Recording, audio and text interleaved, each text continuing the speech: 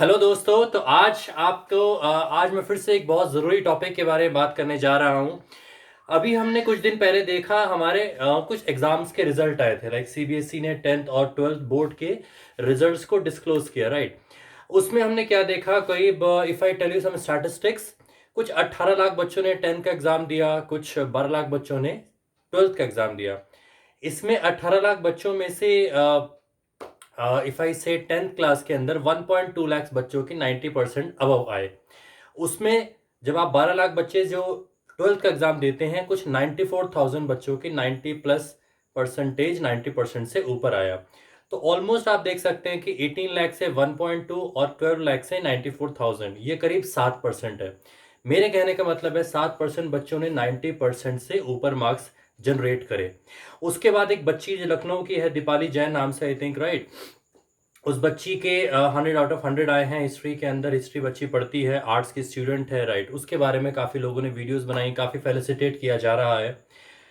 पर मुझे थोड़ा सा यहाँ पर एक दिमाग में कंसर्न आ रहा है कि यार, हर आदमी ये बात कर रहा है कि कौन 90% लाया, कौन 95% लाया, एक बच्ची 100 ला रही है। तो एक तरह का परसेप्शन क्रिएट होता है। परसेप्शन ये कि शायद मार्क्स लाने वाला जो है वो ही सिकंदर हो गया, और उसी तरह से the one who has like got these good marks, जो 7% ब्रैकेट में आपको बोलो 90% अबव वाले, वही लोग लाइफ लाइफ में लीडर्स बनेंगे, वही लोग आगे बेटर होंगे, या वो लोग ही वो हैं जिनको रिस्पेक्ट मिलनी चाहिए। जो बाकी 93% है उसके बारे में बात करने की शायद जरूरत भी नहीं है, क्योंकि nobody bothers about them. But यहां पर एक इश्यू है, लाइफ का एक्सपीरियंस है मेरा। मैं ये सोचता हूं कि क्या सच में मार्क्स से इतना फर्क पड़ जाता है? लाइक ठीक है, तो बच्चे हैं यहाँ पर। Let's suppose there are two students of I have two students, A student and B student. एक बच्चे के मार्क्स बहुत ज्यादा है, agreed. Then there is B student, उसके मार्क्स अच्छे नहीं आए। It could be anything, it could be like 70%, 75, 60% और बिलो 60%। तो उसका क्या?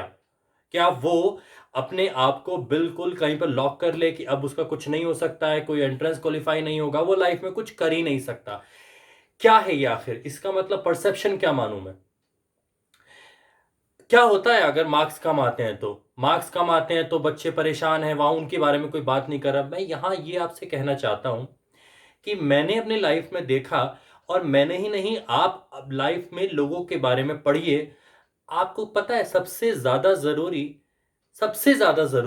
What is that factor which is the most important deciding factor to move up on to the ladder of success. Success की सीढ़ी चढ़ने के लिए सबसे इंपॉर्टेंट फैक्टर जो है वो आखिर क्या है? वो मार्क्स नहीं है। I am telling you, marks is only one of the component which makes you go ahead in life, लेकिन it is not only marks. अगर आपको मैं बताऊं, the first and the most important parameter जिसको लोग कहते हैं, that is attitude. Attitude attitude क्या होता है? Attitude is when you are eager to learn which you do not. For example, मुझे कोई चीज में बहुत परफेक्शन आता है, I mean I was perfect in something, perfect, मुझे बहुत अच्छे से कंप्यूटर प्रोग्रामिंग लैंग्वेज आती थी। But all of a sudden a new programming language comes. अब अब क्या होगा? अब यहां पर ये होने वाला है कि एक नई लैंग्वेज की वजह से वही सरवाइव करेगा, वही आगे बढ़ेगा जो उस नई लैंग्वेज को सीख लेगा। जो पुराना था वो तो फ्लश ऑफ हो गया, उसकी इतनी इंपॉर्टेंस नहीं रही। मेरे कहने का मतलब है, attitude is when you have a habit, when you are ready to inculcate, to educate, अपने आप को थोड़ा थोड़ा सीखने की जो आदत है उसको अपने अंदर शामिल कर लेना, और हल्के हल्के लाइफ में आगे बढ़ना। जो भी चीज नई है उसको दोबारा से सीखना, ना कि ये सोचना कि मैं तो बहुत समझदार था, मुझे और कुछ समझने की जरूरत नहीं है। यहां पर एक चीज सीख, ये चीज एटीट्यूड है। एटीट्यूड इज कि जब आप बार बार हमेशा अपने आप को ध्यान दिलाते हैं कि जो मुझे आता है वो यहीं तक था, जो अब मुझे सीखना है वो आगे सीखना ही होगा, और वो जरूरी है। तो यहां जानने वाली बात यह है कि जो बच्चों के परसेंटेज कम आए या जो बच्चों के परसेंटेज ज्यादा आए, बिल्कुल भी जरूरी नहीं है कि ये परसेंटेज किसी तरह से कोई मैटर करने वाले हैं। मैटर कर सकता है, मैटर नहीं भी कर सकता। सिर्फ मार्क्स मैटर नहीं करते। This is what I want to convey my message through this video. Marks सिर्फ मैटर नहीं करते। जो बच्चों के मार्क्स एवरेज हैं, जिनके बारे में बात नहीं हो रही, उनसे मैं बात करना चाहता हूं आज। आप एक बात समझिएगा, एक बच्चे के 70% मार्क्स आते हैं, ठीक है, 70% मार्क्स लाया, लेकिन अगर उसने बहुत कम टाइम में पढ़ के 70% स्कोर किया, तो isn't that something which should be acknowledged as well? उसको भी तो एक्नॉलेज करना है ना। उसके 70% मार्क्स आ गए, कम मानता हूं, लेकिन उसने तैयारी बहुत कम टाइम में करी थी। इसका मतलब उसकी लर्निंग पेस बहुत जबरदस्त है।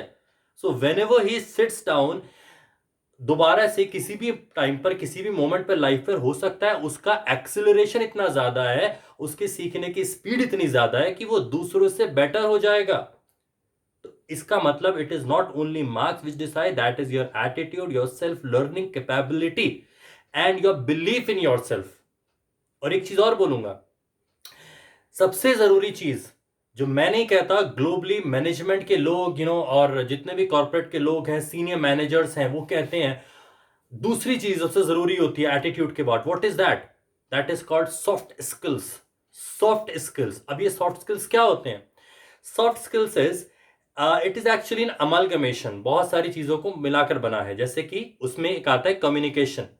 आप बोलते कैसे हैं? when we say about communication, English is one part of it। सिर्फ इंग्लिश बोलना अच्छा is not a good communication। आप अपनी बात को दूसरे को कन्वे कैसे करते हो, दैट इज कॉल्ड कम्युनिकेशन। आपके बोलने के तरीके में, वो एक्सेंट के अंदर वो क्लैरिटी है या नहीं है, that is called good communication. आप दूसरों को कितना सुन लेते हैं, सुनते हैं, ध्यान से सुनिए, so that when you answer something it has to be exact which the other person expected. वो एक कम्युनिकेशन है। कम्युनिकेशन टू वे होता है।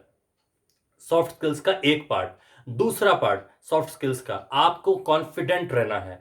आपके अंदर कोई कमी है तो इसमें कोई बुराई बात नहीं है, सबके अंदर हो सकती है। हर किसी के अंदर कुछ ना कुछ प्रॉब्लम्स है। कोई बहुत ज्यादा टाइम तक पढ़ सकता है, कोई बहुत ज्यादा पेशेंट है, कोई बहुत ज्यादा क्रिएटिव है, कोई बहुत ज्यादा लेट्स सपोज इनोवेटिव, कुछ भी हो सकता है। सबके अपने अपने क्राइटेरिया हो सकते हैं, सबकी अपनी बातें हो सकती हैं। तो एक ही पैरामीटर से जज करना, एक ही चीज को देखना कि मार्क्स मार्क्स मार्क्स, ये एक सही पैटर्न नहीं है। अपने अंदर बिलीफ रखिए। लोग हमारे बारे में, मैं अपने आप को भी आप में शामिल करके बात करूंगा। इवन दो मेरे नंबर्स अच्छे आए थे, बट फिर भी मैं बोलूंगा what I have seen that average people sometimes, क्योंकि उनको लगता है कि मुझे और ज्यादा मेहनत करनी है, वो कई गुना आगे निकल जाते हैं। मैं बिल्कुल भी नहीं कह रहा कि जो टॉपर्स ने एग्जाम नंबर्स लाए, उनका नंबर लाने में किसी तरह का उनको बेनिफिट नहीं मिलेगा। Of course they will get benefit, but at the same time we should acknowledge also the ones who got less marks but they are equally deserving. उनको भी हमें समझना जरूरी है कि जो नंबर कम आने वाले हैं वो भी डिजर्विंग हैं, और उनके अंदर भी ये एबिलिटी है। वो बिल्कुल लीडर्स बन सकते हैं, वो बिल्कुल हर उस प्लेटफॉर्म पर पहुंच सकते हैं जिस प्लेटफॉर्म पर अच्छे अच्छे लोग नहीं पहुंच पाते। एक आईएएस ऑफिसर ने अपनी मार्कशीट दिखाई थी, he got 24 marks in chemistry, मेरा subject, right, but he is a nice officer, right. तो इसका मतलब जो बच्चे एवरेज हैं, जो बच्चे के नंबर कम आए हैं, वो किसी भी तरह से ये मान लें कि मैंने कुछ कम किया है, ये बिल्कुल सही नहीं है। This is only one part of life. ऐसे बहुत सारे चैलेंजेस आने वाले हैं। At every challenge we need to perform, we need to outperform others. और साथ में एक हैबिट जो बने लगातार परफॉर्म करने की, वो आपको आगे लेके जाएगी, ना कि सिर्फ एक मोमेंट पर कि आपने एक एग्जाम बढ़िया करा, अच्छा करा, बहुत अच्छी बात है। जिसने नहीं करा उसको भी इज्जत दीजिए, सबको इज्जत दीजिए, क्योंकि हर किसी के अंदर एक टैलेंट ऐसा होगा जो उसका अपना यूनिक होगा। तो अपना ध्यान रखिए, अपना ख्याल रखिए। जितने बच्चों के मार्क्स भी थोड़े से ऊपर नीचे रहे, बिलीफ रखिए आप जबरदस्त करने जा रहे हैं लाइफ में, बहुत अच्छा करेंगे। I tell you, I guarantee you. आप एक दिन बैठ जाओ, देखो, आपको लगेगा कि आपके अंदर इतना पोटेंशियल है, इतना पोटेंशियल है कि वो चीज जब बाहर आएगी ना, दुनिया देखेगी। ठीक है? ध्यान रखिए, ख्याल रखिए, सेफ रहिए। और वीडियो अच्छी लगे तो लाइक कीजिए, और मेरे मैसेज को अपने ऊपर लेकर जाइए, सोचिए, समझिए, अपने ऊपर बिलीफ रखिए, और दोस्तों से शेयर कीजिए कि this is only one part of life, this was only one exam of life. अभी बहुत सारे एग्जाम्स बाकी हैं, और हर उस एग्जाम में हम कुछ ऐसा कर देंगे, जो आज किसी ने हमें कुछ कहा भी था, वो बात बिल्कुल भी हम अपने ऊपर नहीं लेंगे और एक नया कुछ करके दिखाएंगे, ऐसा कुछ कि दुनिया देखती रह जाएगी। ठीक है, चलिए, थैंक यू।